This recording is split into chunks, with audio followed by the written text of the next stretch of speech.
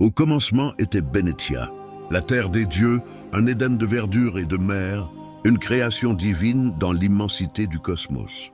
Cadeau des cieux, elle abritait une profusion de vies animales et florales dans une harmonie parfaite.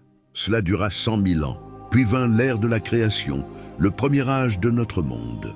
Pour peupler ce jardin édénique, les Astrides, nos divins protecteurs, y déposèrent les elfes, peuple de la forêt, nantis de sagesse et d'immortalité. Cela dura 20 000 ans.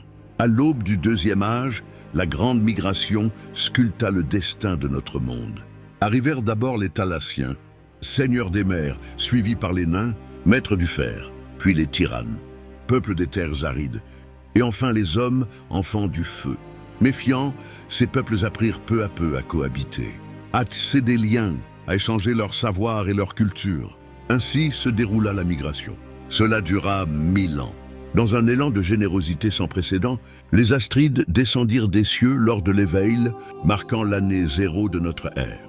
Ils vinrent pour unir tous les peuples sous leur aile bienveillante, apportant avec eux l'harmonie. Cette ère d'harmonie vit également la naissance des élus, fruits des hommes et des Astrides, des Élarins, fruits des hommes et des elfes et des Coralliens, nés de l'union des hommes et des Thalassiens. Ces races mixtes, appelées harmonieux, symbolisaient l'espoir d'une nouvelle ère de coopération et de paix. Cela dura 500 ans, mais la jalousie des elfes et des Thalassiens envers les hommes, favorisés par les Astrides, fit éclater le grand cataclysme. La guerre dévasta Bennetia, anéantissant les tyrannes, décimant les humains et exterminant les elfes et les Thalassiens. Cela dura 20 ans.